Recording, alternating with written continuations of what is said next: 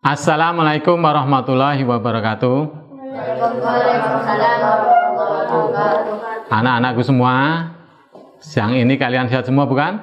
Sehat. Alhamdulillah. Mari kita lanjutkan pelajaran kita hari ini. Ayo dibuka bukunya, silakan ambil semua. Hari ini kita melanjutkan pelajaran bahasa Indonesia kemarin.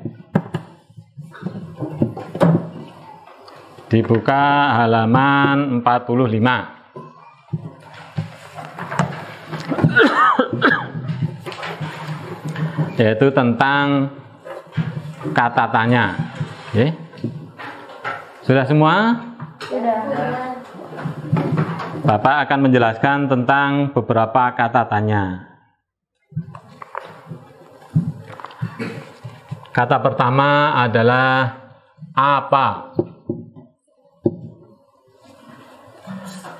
Kemudian kata berikutnya adalah mengapa. Ini ya contoh-contoh kalimat tanya dengan kata tanya yang sudah Bapak sebutkan. Ini Pak Guru tuliskan beberapa kalimat tanya. Bagaimana proses terjadinya hujan. Jadi kalian harus tahu ini fungsi-fungsi masing-masing kata tanya ini, biar kalian bisa tepat menggunakan kata tanya ini. Jadi kalian tidak salah akan menulis kalimat dalam bahasa Indonesia, kalimat yang baik dan benar. Sehingga apa digunakan pada waktu kapan, mengapa, siapa, bagaimana. Jadi harus tepat semua. Jadi tidak boleh sembarangan, tidak boleh dibolak-balik. Apa digunakan untuk pergi kemana? Nah itu, harusnya apa itu? Misal apa kesukaanmu? Kesukaan makananmu. Misal. Jangan dipakai dibalik. Apa terakhir kamu ke rumah nenek? Itu salah penggunaannya, kapan? Gitu ya anak-anak. Jadi anak-anak ya ini ya, kata-kata tanya sudah Bapak sebutkan masing-masing. Ini salah satu di antara. Demikian anak-anak, pelajaran Bapak hari ini sudah Bapak sampaikan semua.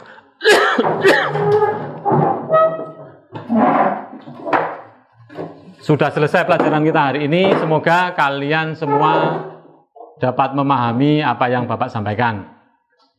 Demikian. Wassalamualaikum warahmatullahi wabarakatuh.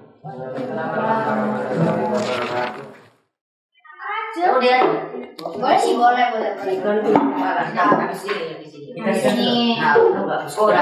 Assalamualaikum. Alhamdulillah. Masya Allah. Baik, dihapus dulu. Damar, silakan hapus, Mas.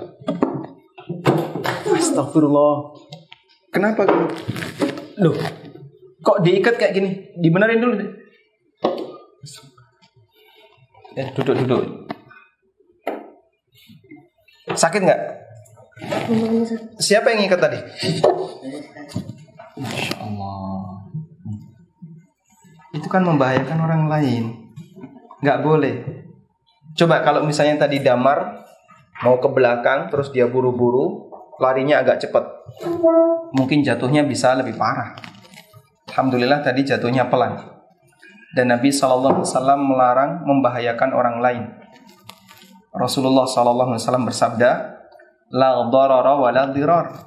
Tidak boleh membahayakan diri sendiri maupun orang lain.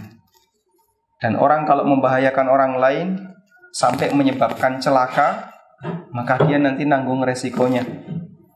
Misalnya sampai berdarah, sampai patah tulang, atau bahkan sampai menimbulkan sakit parah.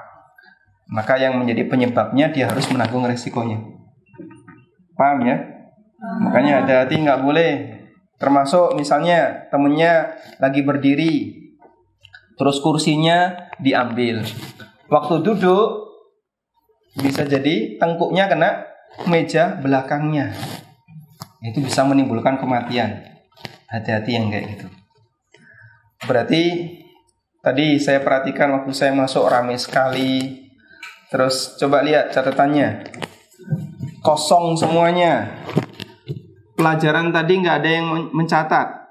Padahal ini banyak sekali catatannya, sudah mau dihapus. Yang kalian lakukan apa tadi? Cuman main, rame, gitu. Berarti ini kan tidak menghormati guru. Seharusnya ketika belajar itu adabnya perlu diperhatikan. Hormati guru, dengarkan, catat, dan ilmu itu harus dicatat. Sebagaimana disebutkan dalam hadis, qayyidul ilma bil kitab. Ikatlah ilmu dengan mencatat. Karena kalau nggak dicatat, hilang. Apalagi di usia seperti anak-anak ini. Harus rajin mencatat ilmu. Kalau enggak, nanti mudah hilang. Dan mencatat itu seperti membaca 2 kali. Membaca di depan sama membaca di tulisan. Makanya yang rajin mencatat, dia lebih mudah hafal dibandingkan yang tidak rajin mencatat. Begitu ya. Dan tolong perhatikan guru baik-baik, hormati guru. Meskipun beliau mengajar ilmu umum, bukan ilmu agama, tetap wajib dihormati. Karena guru itu ibarat orang tua yang mendidik kita, mengajar kita terhadap ilmu yang bermanfaat bagi kehidupan kita. Dan kita diperintahkan untuk menghargai ahli ilmu. Nabi SAW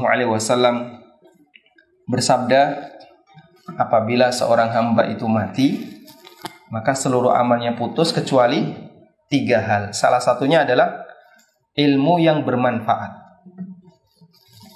Yang diistilahkan oleh para ulama, ketika ada seorang mengajarkan ilmu yang bermanfaat kepada orang lain, maka dia ibarat orang tua yang mengajarkan kebaikan kepada anak-anaknya. Makanya guru itu seperti orang tua. Jadi harus dihormati, harus dihargai. Nggak boleh ketika guru sedang menjelaskan kok ditinggal guyon, ya. Ditinggal misalnya ditinggal makan, apalagi tadi jahilin temennya, padahal itu berbahaya. Nggak boleh kayak gitu ya. Baik, paham nggak ini? Dipahami nggak? Dipahami.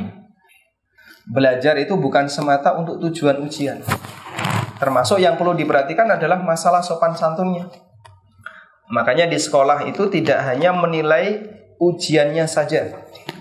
Hasil ujian bagus, tapi anaknya tidak sopan, suka melawan guru, tidak menghargai guru, maka nanti bisa jadi dia mendapatkan nilai yang nggak baik. Sehingga tidak hanya memperhatikan dari nilai ujian. Tolong itu diperhatikan. Mungkin kalian bisa mendapatkan materi ini dari orang tua atau dari orang lain. Tapi kalau cara mendapatkannya ketika di sekolah nggak benar, kami akan menilai dengan penilaian yang kurang baik. Oh, si A suka jahil ketika di kelas. Si B ketika dijelaskan dia nggak fokus. Si C ketika dijelaskan dia sukanya guyon. Nanti ada penilaian tersendiri. Gitu? Kalau guru merintahkan untuk nyatet, wajib nyatet. Tidak boleh ditinggal nulis sendirian. Loh, siap Korean kok ada di sini? Mengantar cilok. Ngantar cilok. Punya siapa? Yang pesan siapa? Muzaik. Muzaik. Kamu Muzaik? Iya. Masya Allah. Pesannya kapan ini? Tadi pas kapan? Pas Ustadz menjelaskan, pas Ustadz lagi ngajar. Subhanallah. Sampai ada yang pesan cilok padahal sedang pelajaran. Nggak boleh kayak gitu. Berarti sama sekali nggak fokus kalau kayak gini. Dan itu sama dengan tidak menghargai. Ini nggak boleh ya. Nggak boleh. Terus hukumannya apa kira-kira? Saya kasih ke Karena dia sudah ikhlas ngasihkan ke Royan, ini dia kasihkan ke Mas Royan. Bilang terima kasih. Terima kasih ya, Muzaik. Iya. Besok lagi nggak boleh kayak gitu ya. Jadi sedang pelajaran kok malah pesan makanan sama temennya yang di luar, nggak boleh. Fokus pelajaran. Paham? Baik, hari ini nggak ada pelajaran. Hari ini hanya nasihat agar kegiatan belajar mengajar di sekolah kita lebih tertib. Adab wajib diperhatikan. Karena kita dalam belajar itu tidak hanya sebatas mencari ilmu, tapi juga perlu memperhatikan Ada. Hari ini tidak ada pelajaran. Hari ini Ustadz kasih tugas. Yang pertama, ini semuanya wajib dicatat sebelum dihapus. Yang kedua, masing-masing anak harus menulis Al-Quran 1 juz. Asik.